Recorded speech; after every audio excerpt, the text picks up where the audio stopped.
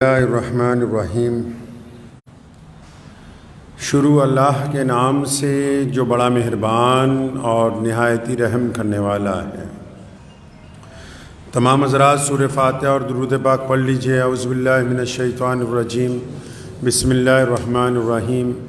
الحمد للہ رب العالمین الرحمن الرحیم مالک یوم الدین، ایاک نعبد و ایاک نستعین، ایاک نعبد وإياك نستعين، إياك نعبد وإياك نستعين، اهدنا الصراط المستقيم صراط الذين أنعمت عليهم غير المغضوب عليهم ولا الضالين آمين۔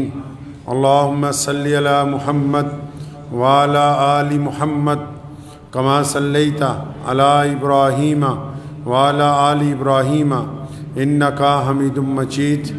اللهم بارك علی محمد وعلی آل محمد کما بارکت علی ابراہیم وعلی آل ابراہیم انک حمید مجید۔ اللہ کے پیارے نبی حضرت محمد رسول اللہ صلی اللہ تعالیٰ علیہ وسلم کے صدقہ طفیل دنیا انسانیت کو رمضان المبارک جیسا مقدس مہینہ جو ہے وہ عطا ہوا ہے۔ رمضان کی آمد ہے، تقریباً ایک ہفتہ باقی، اور پوری دنیا میں مسلمان جو ہیں رمضان شریف کے روزے رکھنے کی تیاری کر رہے ہیں۔ رمضان المبارک کہ جو روزے ہیں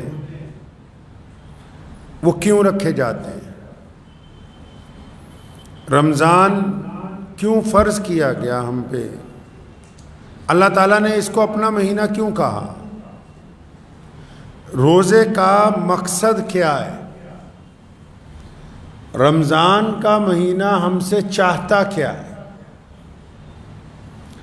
جب تک کسی بھی شے کا، کسی بھی چیز کا، کسی بھی عمل کا، کسی بھی سفر کا ہدف طے نہ ہو جائے کہ اس ضرورت کے پیچھے مقصد کیا چھپا ہوا ہے، تو تب تک وہ ضرورت جو ہے وہ کامل نہیں ہوتی۔ روزہ رکھنا، صبح کو سحری کرنا، افطار کرنا، سارا دن بھوکے رہنا، پانی نہ پینا، تمام طرح کی کھانے پینے کی چیزوں سے دوری بنا کے رکھنا، یہ روزے کی ضرورت ہے، مقصد نہیں ہے۔ تو مقصد کیا ہے؟ بالکل ایسے سمجھ لیجئے کہ جیسے اب ہم لوگ سب مسجد میں آئے ہیں، پہلے صبح غسل کیا، پھر وضو کیا، پاک کپڑے پہنے، عطر لگایا، خوشبو لگائی، مسجد والوں نے بھی مسجد کو خوب اچھی طرح سجایا، سنوارا، بہترین قالین بچھائے گئے اور تمام تیاریاں کی گئیں، ہوا پانی کا انتظام کیا گیا۔ تو یہ ہماری ضرورت، یہ تو ہماری ضرورت ہے، ہمارا مقصد تو نہیں ہے، کیونکہ نماز کے لیے یہ چیزیں ضروری۔ اچھا، جب تک کسی چیز کا مقصد نہ پتہ ہو، بلا مقصد تو انسان کوئی کام نہیں کرتا، بلا مقصد تو کوئی بازار میں کسی دکان پر نہیں جاتا۔ جو لوگ بنا مقصد بازار میں ادھر ادھر پھرتے ہیں ان کو آوارہ کہا جاتا ہے، ان کو نٹھلے کہتے ہیں، بیکار لوگ کہتے ہیں، ان کا تو کوئی مقصد نہیں، یہ تو نٹھلے گھوم رہے ہیں، آوارہ لوگ ہیں۔ اور اگر کوئی بوجھ اٹھا کے جا رہا ہو، کوئی سامان خریدنے جا رہا ہو، کوئی چیزوں کا لین دین کرنے جا رہا ہو، کوئی گھر کی ضروریات لینے کے لیے جا رہا ہو، کوئی کاروبار کے لیے جا رہا ہو، تو بندہ کہتا ہے یہ اپنے مقصد کے لیے جا رہا ہے، یہ مزدوری کر رہا ہے، یہ دکانداری کر رہا ہے، یہ کاروبار کر رہا ہے، اس کا مقصد ہے کیا؟ یہ حلال رزق کی تلاش میں پیسے کما رہا ہے۔ اسی طرح رمضان کا بھی کوئی مقصد ہوگا. آخر یہ روزے فرض کر دیے گئے, کیوں فرض کر دیے گئے؟ اللہ تعالیٰ ہمیں کیوں کہتا ہے کہ تم صبح سے لے کے شام تک بھوکے رہو, پانی مت پیو, کچھ کھاؤ نہیں, کچھ پیو نہیں, اپنے پیٹ کو خالی رکھو, حلق سے نیچے پانی کا ایک قطرہ بھی نہ اترے. اور پھر ایک آدھے دن کی بات نہیں ہے, ایک دو دن کی بات نہیں ہے, پورا ایک مہینے کے لیے حکم ہے کہ یکم رمضان سے لے کے 30 یا 29 رمضان تک لگاتار روزانہ سحری سے لے کے افطار تک کچھ نہیں کھانا, کچھ نہیں پینا. تو بھائی یہ بھوکا کیوں رکھوا رہے ہو ہمیں؟ کیا وجہ کیا ہے بھوکا رہنے کی؟ کئی مسلمان غیر مسلموں کو بتاتے ہوئے خوش ہوتے ہیں کہ دیکھو جی ہم تو روزے میں پانی تک نہیں پیتے, ہم نے تو جون جولائی کے روزہ کیونکہ ہر سال 10 دن آگے چلتا ہے نا, چاند 29 کا جب نکلتا ہے 10 مہینے میں, تو انگریزی سال میں اور ہمارے سال میں 10 دن کا فرق پڑ جاتا ہے. جو لوگ آج 40-42 سال کے ہیں, جب وہ بچپن میں ہوں گے میری طرح, اس وقت روزے جون جولائی کے اندر تھے, مئی کے اندر تھے. جب بالکل جوان ہوئے تو روزے جنوری دسمبر میں آئے. اب دوبارہ رمضان شریف دوبارہ سردیوں کی طرف جا رہا ہے, تو دوستوں کو بتاتے ہیں غیر مسلم دوستوں کو کہ وہ بھی حیرت سے پوچھتے ہیں بھی صبح سے لے کے شام تک کچھ کھایا پیا نہیں, کچھ نہیں کھانا پینا؟ ہاں جی بالکل کچھ کھانا. صبح سے لے کے شام تک بھوکے رہنا کوئی کمال کی بات نہیں ہے. جن کو روٹی نہیں ملتی 4-4 دن, وہ بھی تو بھوکے رہتے ہیں. ریگستان میں جہاں پانی ایک ہفتے میں صرف ایک ٹینکر جاتا ہے, وہ بھی تو 10 گھنٹے بعد ایک گلاس کا پانی پیتے ہیں. تو پھر رمضان میں اور پھر عام بھوکے رہنے میں فرق کیا ہے؟ روزے کا کیا مطلب ہے؟ اچھا اصل میں ہم لوگ کیا ہوا, پورے بھارت میں جو مسلمان ہیں, کیونکہ ہم لوگ فتوے والے مسلمان ہو گئے بھائی, معافی کے ساتھ کہتا ہوں. ہمیں تو بھائی چھوٹی چھوٹی باتوں پر فتویٰ چاہیے. اچھا مطلب اسلام کا مقصد تو کہتے جی گم ہو گیا. اگر ہم کسی سے پوچھ لیں بھی روزہ کیوں رکھنا ہے, پتہ ہی نہیں روزہ رکھنا کیوں ہے. آپ بتاؤ روزہ کیوں رکھنا ہے؟ پتہ ہے کچھ آپ کے دل میں کیا ہے کہ روزہ کیوں رکھتے ہیں؟ کچھ آئیڈیا؟ رسول اللہ صلی اللہ علیہ وسلم کی سنت کو ادا کرتے ہیں. آپ کے دل میں کیا ہے, روزہ کیوں رکھتے ہیں؟ کچھ دل میں ہوگا نا, کیا ہے دل میں؟ رسول اللہ کی سنت. آپ کے دل میں کیا ہے جی؟ اللہ راضی ہو جائے. آپ بتاؤ آپ کیوں رکھتے ہیں جی؟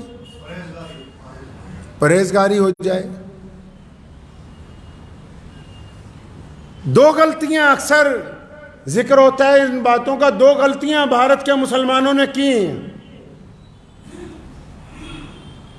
پہلی غلطی, قرآن پاک کو ترجمے کے ساتھ پڑھنا بند کیا, اس کی جگہ صرف ناظرہ پڑھنے کو ہی قرار دیا کہ بس صبح شام دوپہر ناظرہ پڑھنا ثواب ہے, اچھی بات ہے, واجب ہے, ضروری ہے, لیکن ناظرے کے ساتھ اس کا ترجمہ سیکھنا فرض ہے, اس کے ترجمے پر عمل کرنا فرض عین ہے, اس کی تفسیر کو سمجھنا ضروری ہے. جب تک قرآن نہیں سمجھا جائے گا, نہ نماز سمجھی جا سکتی ہے, نہ روزہ سمجھا جا سکتا ہے, نہ حج سمجھا جا سکتا ہے, نہ زکوٰۃ سمجھی جا سکتی ہے, نہ جہاد سمجھا جا سکتا ہے, نہ رواداری سمجھی جا سکتی ہے, نہ اخلاق سمجھ آ سکتا ہے, نہ کردار سمجھ آ سکتا ہے, جب تک قرآن کو نہیں سمجھیں گے مسلمان.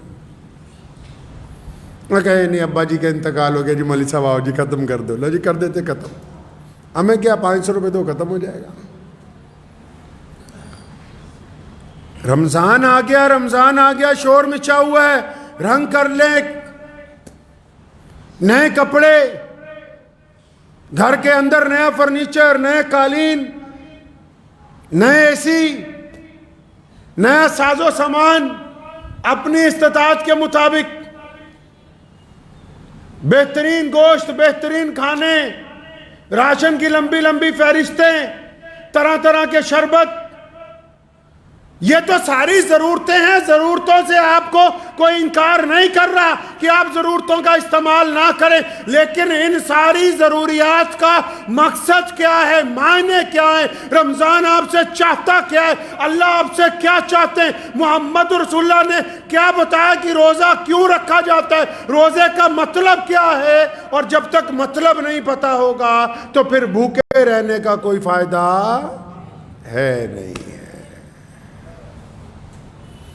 قرآن میں کہا اللہ نے کہ روزے تم پر فرض کر دیے، روزے تم پر فرض کر دیے، فرمایا جس طرح پہلی امتوں پر فرض کیے گئے تھے۔ یہ پہلی امتوں کا اس لیے ذکر کیا کہ تم یہ نہ سمجھو کہ ہم پہ بوجھ ڈال دیا، فرمایا تم پر فرض کر دیے جس طرح پہلی امتوں پر فرض کیے تھے، فرمایا کیونکہ تم متقی بن جاؤ۔ کیا بن جاؤ تم؟ متقی بن جاؤ۔ اب آپ نے کیا سمجھا؟ متقی کون ہے؟ جس کے دسترخوان پہ بہترین کھجوریں ہیں، جس کے دسترخوان پہ بہترین شربت ہے، جس کے دسترخوان کے اوپر طرح طرح کے کھانے، طرح طرح کے گوشت ہیں، جو شام کو بڑھیا مسجد کے اندر افطاری کروا رہا ہے۔ کون ہے متقی آپ کے نزدیک؟ روزہ چاہتا کیا ہے آپ سے؟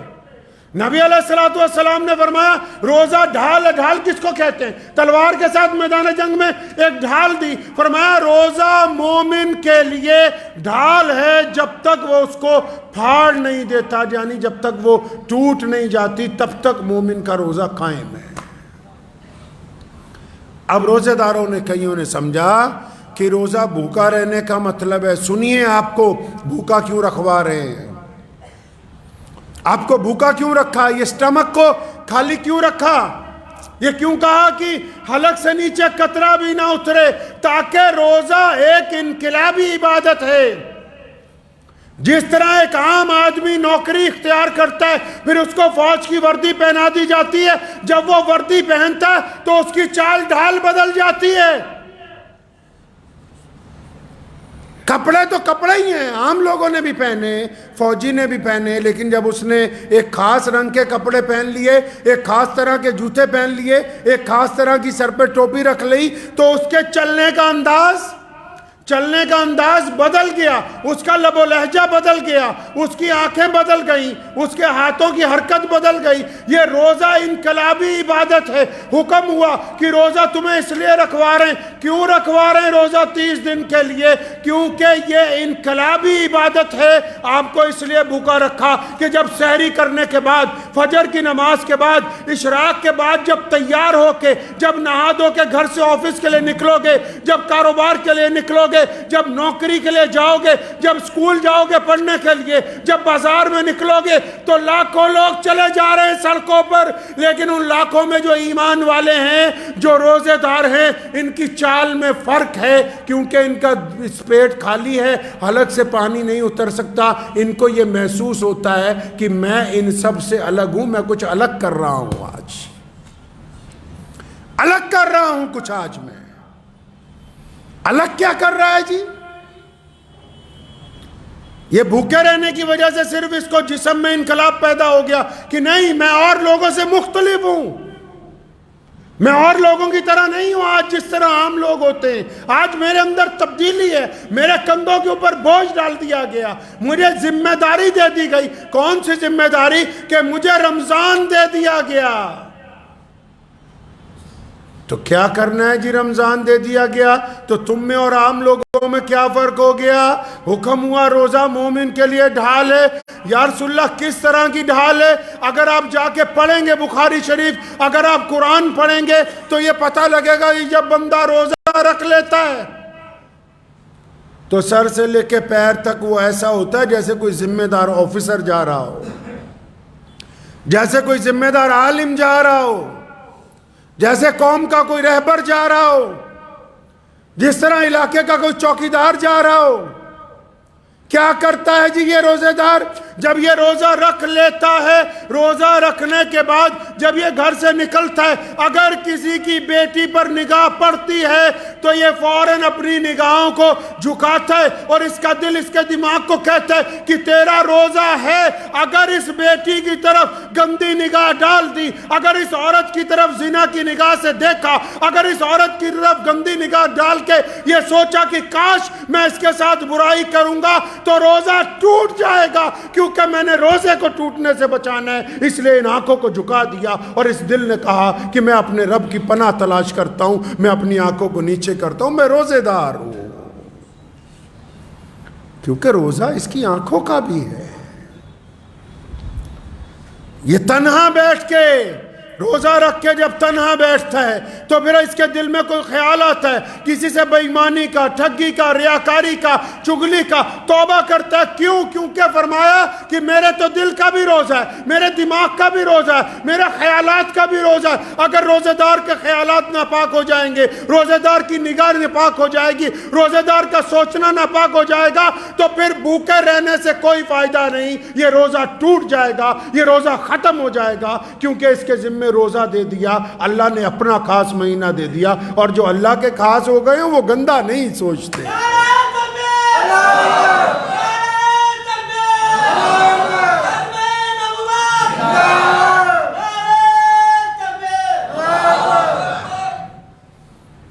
یہ روزے دار جب آفس میں کام کے لیے بیٹھتا ہے یا دیہاڑی پہ جاتا ہے یا گھر میں ہوتا ہے تو پھر یہ ان ہاتھوں سے کوئی غلط کام نہیں کرتا، ان ہاتھوں سے غلط سودا نہیں تولتا، ان ہاتھوں سے رشوت نہیں لیتا، ان ہاتھوں سے رشوت دیتا نہیں ہے، ان ہاتھوں سے کسی کو مارتا نہیں ہے، ان ہاتھوں سے کسی کے ساتھ غلط کام نہیں کرتا، کیونکہ جب یہ ہاتھ اٹھاتا ہے کسی غلط کام کے لیے تو پھر اس کا دل اس کو بتاتا ہے، اس کا ذہن اس کو اپلائی کرتا ہے کہ عبد الرحمن تیرا روزہ ہے، اور روزے دار کے ہاتھ غلط کام کے لیے اٹھ نہیں سکتے۔ اگر ان ہاتھوں کو غلط کام کے لیے اٹھا دیا تو پھر روزہ جاتا رہا، پھر بھوکے رہنے سے کوئی فائدہ نہیں ہے۔ روزے دار کے پیروں کا بھی روزہ ہے، روزے دار غلط قدم نہیں اٹھاتا، روزے دار غلط جگہ کی طرف نہیں جاتا، روزے دار غلط ارادے سے آگے نہیں بڑھتا، ان کے پیروں کا بھی روزہ ہے۔ اگر یہ روزہ رکھ کے غلط جگہ جائے گا، روزہ رکھ کے غلط کام کرے گا، پھر روزہ ختم ہو گیا۔ ارے اس کے تو کانوں کا بھی روزہ ہے، یہ نہ چگلی کرتا ہے نہ سنتا ہے، نہ غیبت کرتا ہے نہ سنتا ہے، نہ بدماشی کی بات کرتا ہے نہ سنتا ہے، نہ ریاکاری کرتا ہے نہ سنتا ہے۔ اس کے تو کان بھی اللہ کی اطاعت کے اندر ہیں، اس کی آنکھیں بھی اللہ کی اطاعت میں ہیں، اس کی زبان بھی اللہ کی اطاعت میں، اس کے ہاتھ بھی اللہ کی اطاعت میں، اس کے پاؤں بھی اللہ کی اطاعت میں، اس کا چلنا پھرنا اٹھنا بیٹھنا اللہ کی اطاعت میں۔ پتہ لگا یہ رمضان ایک انقلابی عبادت ہے، انسان کے جسم میں، انسان کی روح میں، اس کے لب و لہجے میں، اس کی نگاہ میں تبدیلی پیدا کرتی ہے۔ اگر رمضان آپ میں یہ انقلاب برپا کرتا ہے تو یقیناً آپ روزے دار ہیں، اگر رمضان نے یہ انقلاب برپا نہیں کیا تو پھر آپ روزے دار نہیں ہیں۔ یہ کس نے کہا کہ صرف بھوکا رہنے کا نام روزہ ہے؟ فرمایا متقی بن جاؤ۔ اللہ کو بڑا شوق ہے، آپ کبھی قرآن پڑھیں گے نا، بار بار ہر بات پہ اللہ چاہتے ہیں بندے میرے نماز پڑھیں۔ کیوں یا اللہ کیوں ہم نماز پڑھیں؟ فرمایا متقی بن جاؤ۔ فرمایا بندے میرے روزہ رکھیں، یا اللہ کیوں روزہ رکھیں؟ فرمایا متقی بن جاؤ۔ اللہ کو بڑا پسند ہے کہ میرا بندہ اچھا بن جائے، میرا بندہ پیارا بن جائے، میرا بندہ گناہوں سے چھٹ جائے، میرا بندہ اخلاق والا ہو، کردار والا ہو۔ اور اگر کوئی بندہ یہ کہے کہ میں تو روزہ رکھنا ہے، نماز نہیں پڑھنی، میں نے روزہ رکھنا ہے، جھوٹ بھی بولنا ہے، میں نے روزہ رکھوں گا، بے ایمانی بھی کروں گا، پھر وہ روزہ رکھے یا نہ رکھے اللہ کے نزدیک وہ بھوکا ہے۔ ایسے بھوکے آدمی کا کوئی روزہ نہیں ہے۔ رمضان آ رہا ہے، رمضان کی تیاری کیجئے، اس دل کو تھوڑا بڑا کر کے رمضان کی تیاری کریں۔ صرف گھروں کو رنگ روغن نہیں، اس نیت کو بھی رنگ روغن کر لیں۔ صرف گھروں سے کوڑا کرکٹ نہ نکالیں، اس دل میں سے بھی کوڑا کرکٹ نکال لیں۔ صرف ہاتھوں کو صابن سے دھونے سے مسئلہ حل ہونے والا نہیں ہے، اس نیت کو بھی اللہ کے ذکر کے ساتھ دھو لیں، درود پاک کے ساتھ دھو لیں، اللہ کے یہاں استغفار کر کے اس دل کو دھو لیں۔ جب تک یہ دل پاک نہیں ہوگا رمضان کا فائدہ نہیں ہے۔ متقی بن جائیں جی۔ متقی کون ہے یا اللہ؟ جو بہت اچھا ہو، خوبصورت ہو، افطاری بہت کراتا ہو، لوگوں سے ہنس ہنس کے ملتا ہو۔ نہیں، پہلے متقی وہ ہے جو اپنے ماں باپ کی خدمت کرتا ہو، جس کے ماں باپ اس سے ناراض نہیں ہیں وہ متقی ہے، جن کے میاں بیوی آپس میں راضی ہیں وہ متقی ہے، جو اپنے بچوں سے پیار کرتا ہے وہ متقی ہے، جو اپنے پڑوسی کو اپنے بھائی کی طرح دیکھتا ہے وہ متقی ہے، جو بھوکے کو کھانا کھلاتا ہے وہ متقی ہے، جو روتے ہوئے کو ہنساتا ہے وہ متقی ہے، جو نماز کے دوران دوسروں کے لیے بھی دعائیں مانگتا ہے وہ متقی ہے، جو کسی کے دل کی آزاری نہیں کرتا وہ متقی ہے، جو غریب کی مدد کرتا ہے وہ متقی ہے، جو ظالم کو ظالم کہتا ہے وہ متقی ہے۔ صرف کپڑے پہننے سے، حلیہ بدلنے سے کوئی متقی بن نہیں سکتا ہے۔ رمضان آ رہا ہے، دل کو ذرا کھول کے بڑا کر لیجئے، معافی مانگنے کا مادہ پیدا کریں، معافی مانگنے کا مادہ۔ اللہ سے معافی مانگتے ہیں، اللہ اگر معاف کرنے والے ہیں، اللہ پسند کرتے ہیں کہ آپ بھی اللہ کے بندوں کو معاف کر دیں۔ آپ کا کوئی دوست کہتا ہے کہ یار غلطی ہو گئی تو پھر کیا ہوا، معاف کر دو۔ آپ کا کوئی بچہ کہتا ہے غلطی ہو گئی تو پھر کیا ہوا، کہہ دو معاف کر دیا۔ آپ اپنے ماں باپ سے معافی مانگتے ہیں، ان کو چاہیے کہ معاف کر دیں۔ معافی کا مادہ، اگر بندہ چاہتا ہے کہ اللہ سے میں معافی مانگوں تو بندے کو بھی چاہیے کہ جو لوگ اس سے معافی مانگنا چاہتے ہیں ان کو معاف کرنے کا مادہ اس کے اندر ہو۔ آپ دوسروں کو معاف کریں گے، اللہ آپ کو معاف کر دیں۔ اور رمضان شریف میں آپ نے دیکھا ہوگا ابھی بہت سارے چندے والوں نے آنا ہے، لیکن ہماری سوچ نیگیٹو ہو گئی۔ رسول اللہ صلی اللہ علیہ وسلم کی سب سے سونی سنت پتہ ہے آپ کو کیا ہے؟ فجر کی 2 سنتیں، داڑھی رکھنا، 33 دفعہ سبحان اللہ پڑھنا۔ بہت ساری سنتیں یاد ہوگی، لیکن سب سے پیاری سنت یہ ہے، سونے محمد صلی اللہ علیہ وسلم چاہتے ہیں کہ میری امت کے لوگ پازیٹیو سوچیں، اچھا سوچیں، مثبت سوچیں، ٹھیک طریقے سے سوچیں۔ کسی کو اچھے کو دیکھ کے یہ نہ سمجھے کہ یہ زناکار ہوگا، کسی بڑے آدمی کو دیکھ کے یہ نہ سمجھے یہ مکار ہوگا، اپنے کسی بھائی کو ترقی دیکھتے ہو یہ نہ سوچو کہ یہ بے ایمانی کر رہا ہوگا۔ آپ کو دوسرے کے دل کا حال کیا پتہ ہو سکتا ہے؟ آپ نے تو خود اپنے پاس سے طے کر لیا کہ نہیں جی یہ تو بے ایمان ہے۔ اللہ کے نبی نے منع فرمایا، کہیں صلی اللہ علیہ وسلم، صلی اللہ نبی علیہ السلام نے منع فرمایا، اپنے پاس سے اندازے نہ لگائیں۔ رمضان میں اس عادت کی بڑی ضرورت ہے۔ آپ خود ہی اندازہ، نماز پڑھ رہے ہیں، کوئی آیا قریب میں، اچھا یہ کیسے آ گیا آج؟ اللہ کے بندے اپنی ہو رہی ہے یا نہیں ہو رہی؟ دوسروں پہ جج نہیں لگا دیا اسلام نے، کسی کو کسی پہ اجارہ داری نہیں دی، صرف رسول اللہ کے وارثوں کو، کن کو؟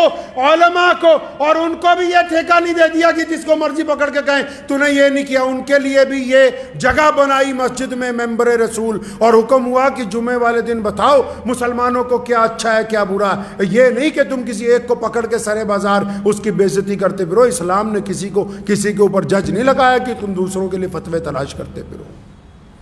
اپنی ہندی کوئی نہیں، دوجیاں دی فکر کری جاندے۔ اپنا سجدہ ٹھیک ہو رہا ہے کہ نہیں ہو رہا یہ پتہ ہی نہیں۔ شیخ فرید رحمۃ اللہ علیہ فرماتے ہیں میں چھوٹا تھا نا، ایک جگہ سفر میں گئے، اور میرے جو والد کے ساتھی تھے، میرے ابو نے صبح تہجد میں اٹھایا، نماز پڑھی، میں بھی پڑھی، تو فرماتے میں اپنے ابو نے کہا کہ بابا جی یہ باقی لوگ تا تہجد اٹھے نہیں۔ جب میں شکوہ کیتا تو فرمان لگے کہ جو تم ہی نہ اٹھتا تو چنگا سی۔